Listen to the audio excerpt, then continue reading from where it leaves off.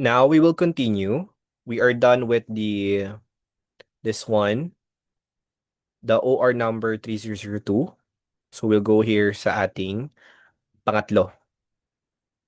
Here, lagyan natin yung date kasi nakalimutan ko kanina. 3003. And then, we have here 7002. Ibig sabihin, may nangyari ng benta nung una. So, ibig sabihin, hindi na tayo mag-record ng ano? Ng sales. Okay? This is customer C. Okay. Yan natin dito. So, this is, wala siyang returns. Okay? So, ibig sabihin, yung utang talaga niya ay 112,000. Okay? So, account receivable. Bakit account receivable? Bakit hindi sales? Kasi may nangyari ng sales nung una. Okay? Paano malalaman kung meron nang nangyari ng sales nung una? Kasi may invoice number na 7002. Okay? 112. Wala tong return ha.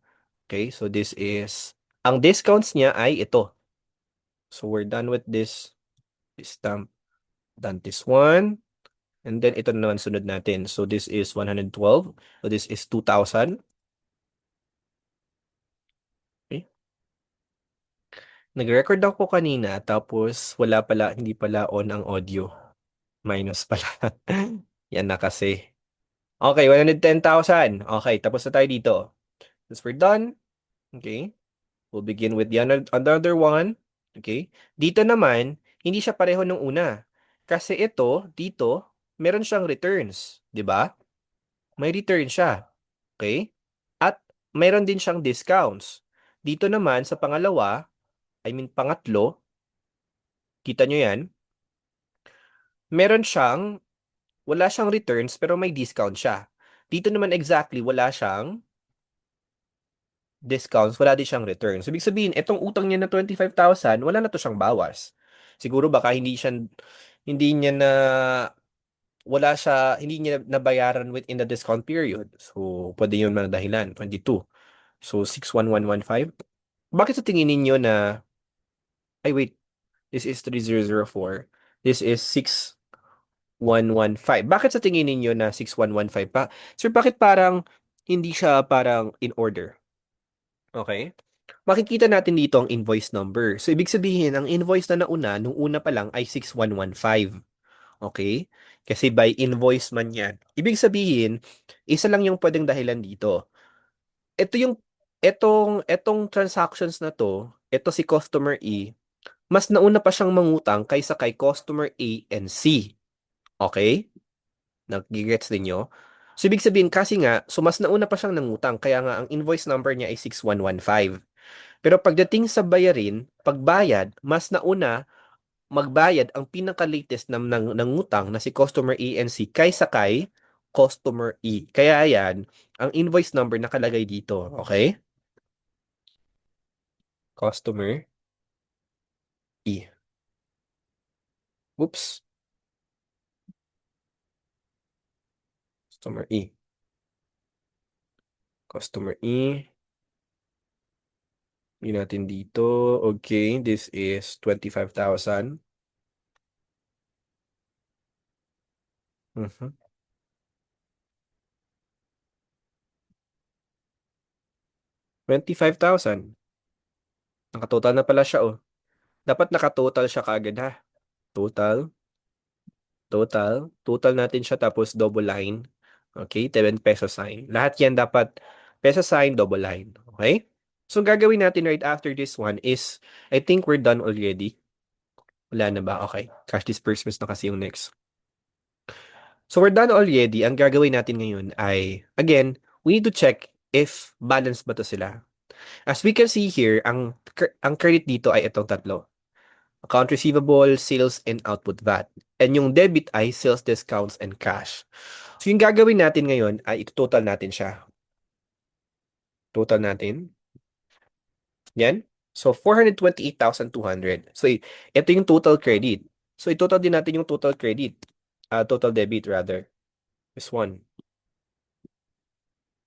So 428,200. So ibig sabihin balance sila. Pero ang ginagawa ko kasi is ganito. Total ko kanito lahat. Okay, hindi ko na ginagawa ng ganyan. Okay, para mas easy sa calculator pa lang. Total ko to, plus ko to, okay, hindi, I mean, plus ko yung account receivable, plus ko yung sales, tapos plus ko tong output VAT. Since alam kong debit to, hindi ko i-minus. Okay? Ay, hindi ko ipa-plus, i-minus ko. So, i-minus ko dito. So, dapat, plus,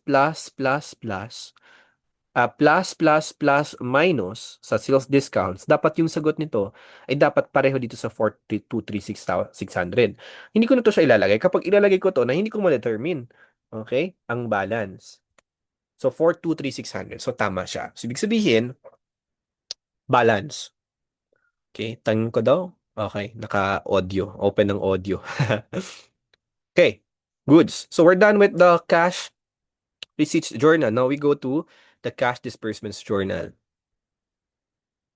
Okay? Sa ating cash disbursements journal, wait,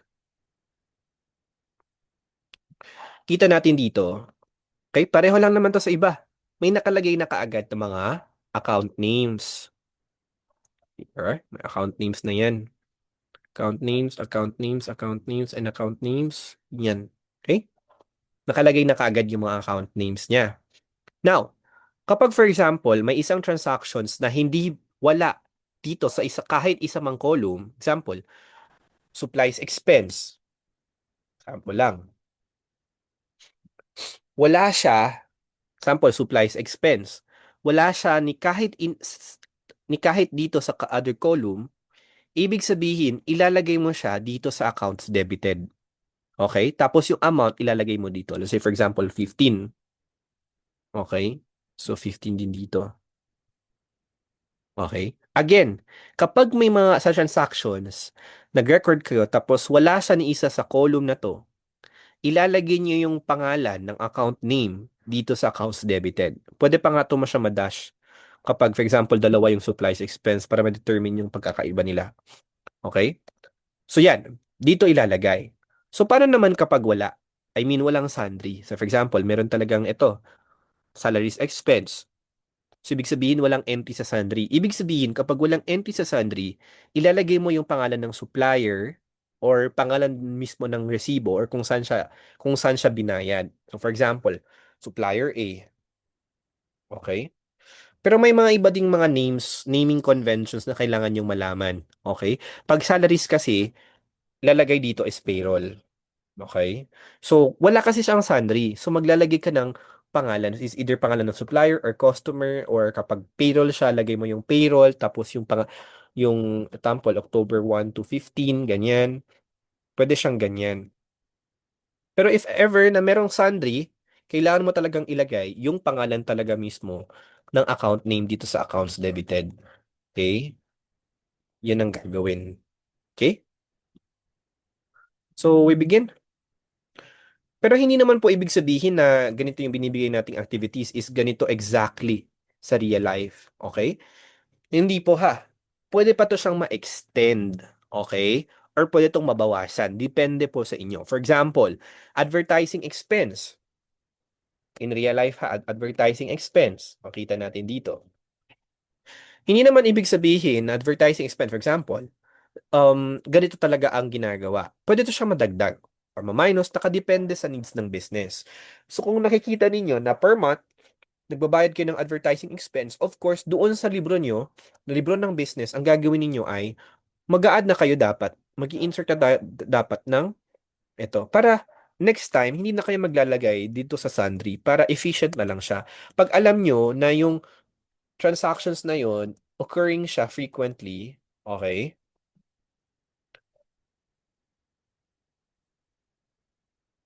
Lalagyan nyo siya, i-insert nyo na siya as part of the column. Okay? Yun ang pwede nyong gawin. Hindi siya limited sa klase. Lahat naman to, hindi siya limited sa ganito lang. Depende. So, for example, kung hindi ka namang VAT registered business, ibig sabihin, wala ka dapat nagre-record. Hindi ka dapat nagre-record ng output VAT.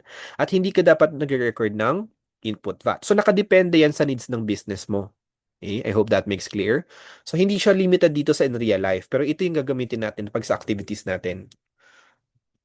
Okay? Okay? Yusin natin. Mag-record na tayo.